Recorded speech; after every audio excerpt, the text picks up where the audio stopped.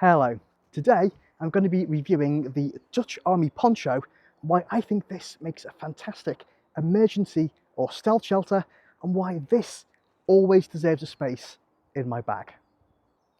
Despite spending decades outside, I had not come across the Dutch Army Poncho or really heard much about ponchos at all until Mick from Hampshire Outdoors and Survival put me onto them.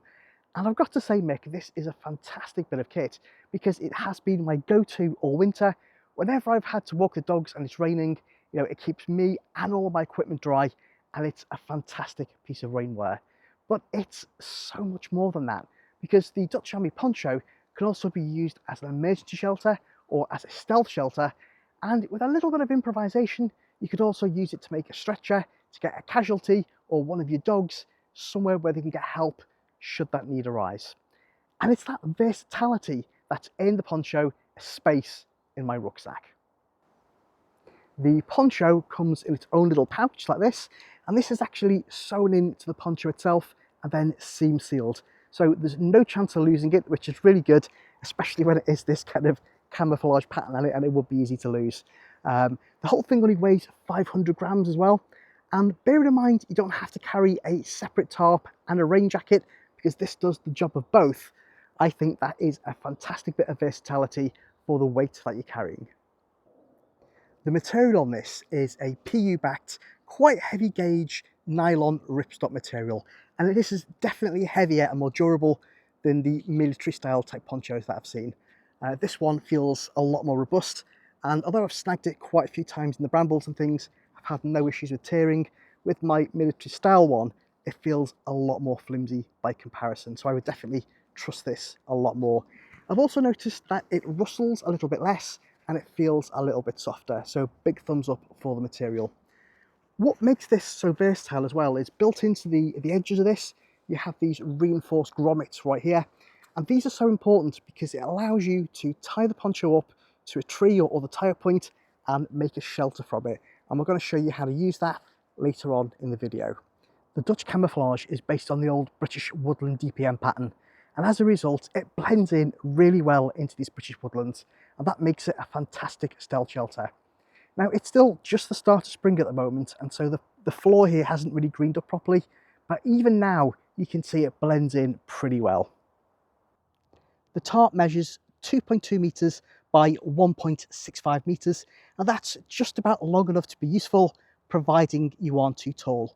And while that is on the small side for tarps, when it comes to stealth camping, smaller is better because it gives you a smaller footprint, and of course that is harder to see.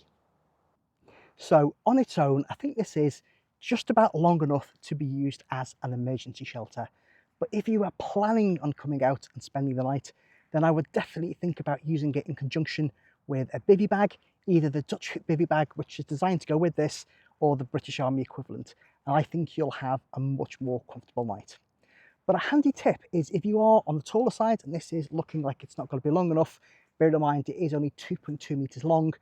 Thanks to the magic of Pythagoras' theorem, if you set up on a diagonal, for example, this is a plough point now, so I'm using that diagonal length, or you just lie diagonally within the shelter, then that 2.2 meters by 1.65 meters gives you 2.75 meters on the diagonal. And to give you an idea of what that looks like, I'm 5'7". If I come down here, put my feet in the corner and lie down, that is how much headspace I've got. So as you can see, I can put my arm out and I'm still not sticking out. So there's quite a bit of room if you set up on the diagonal. Another tip to make the most out of the limited length on the poncho is to set it up with a relatively shallow pitch angle, like this or even lower. What happens is, if you set up a high pitch angle, then you're using that length to climb vertically, and that gives you less room across the ground. So a shallow pitch angle is a must, and you can also, if you need to, tie up both ends so it's completely flat, and then just have the sides sloping down to deflect the rain. And for the keyboard warriors out there who are just about to bang angrily into the comment section that they can see my stealth shelter, I know. And the reason for that is pretty clear, and that is there's very limited value on doing a review video of a product that you can't see. And if it does start to rain and you need to use this as a rainwear, then this gives you a lot of protection. Now the drop on this when you wear it as a poncho is 1.1 meters, and on me, I'm 5'7", this comes down past to my lower shins, almost to my ankle. So it gives me a lot of protection. Because it's quite wide as well, it gives me a lot of coverage on the sleeves. I was a bit concerned my forearms would stick out, but because this is so wide, it doesn't. Now, in terms of sleeve length, I usually wear jackets that are extra large or even extra, extra large. And the sleeve length is absolutely fine on that for me, because although I'm short, I am very broad, but this gives me a lot of protection there. Now, if you do find you are getting wet on your sort of cuffs, as you could do, and you want to stop that from happening, you can just put your arms on the inside there and you can stay nice and dry. So this does give you a lot of protection that way. One thing I really don't like about the Dutch Army poncho is the hood, because it's just far too large. Now, it's been designed to be worn with a helmet, and it's probably fine if you're wearing it with one, but without a helmet, this thing is just cavernous, and it either blows off in the wind, or it covers your face like a Sith Lord, and you just can't see anything at all.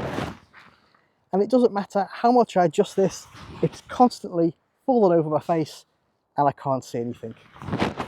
So when I'm out in the rain and I'm wearing this poncho, I tend not to use the hood, and I wear a wide brim hat instead, because I find that gives me better visibility, and it also doesn't cut down on my hearing as much, which is really important when I'm with my dogs.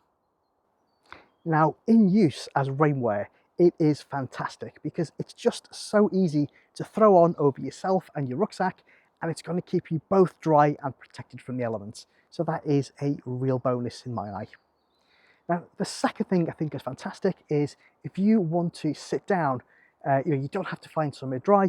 You can just sit down on a wet log and you're not going to get a wet behind. So that is another big advantage. Now, on days previously where I would have wanted a waterproof jacket and a pair of waterproof trousers because it was raining heavily, because of the extra coverage I get with the poncho, I'm quite happy going out in just the poncho, maybe a pair of gaiters, or quite often just the poncho by itself, because it does give you much more coverage than the rain jacket, so it is really good that way. Now, the one thing I was a little bit concerned about, which has proven to be a non-issue, is condensation, because I thought with it not being a waterproof material that I'd get condensation building up. But because there's so much ventilation built into the design, i.e. the sides are just snapped together rather than zips, so there's lots of holes at the sides anyway, then condensation hasn't been an issue at all. And so in terms of rainwear, I actually prefer the poncho now to a rain jacket because it's just so more versatile and actually gives you better protection. The other thing in use I find really helpful is because it's not that expensive. I think I paid about £25 with postage.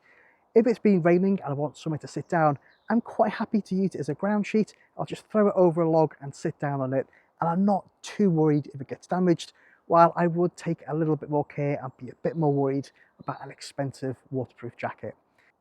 For me, the two biggest disadvantages of a Dutch Army poncho is one is the colour.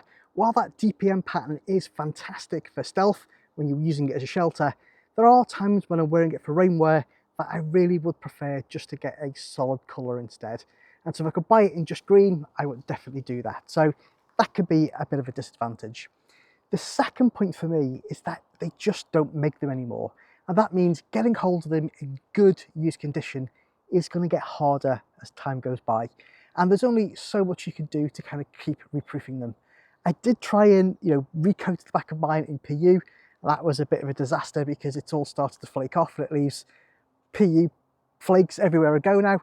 But it is waterproof. I think I would have been better off just using Fabsil. So you can treat them, but getting hold of a good one, it's going to get harder and harder. So if you are thinking about getting one, I recommend acting sooner rather than later. I hope that was useful to someone. If it was, please give it a like, and hopefully I'll see you next time.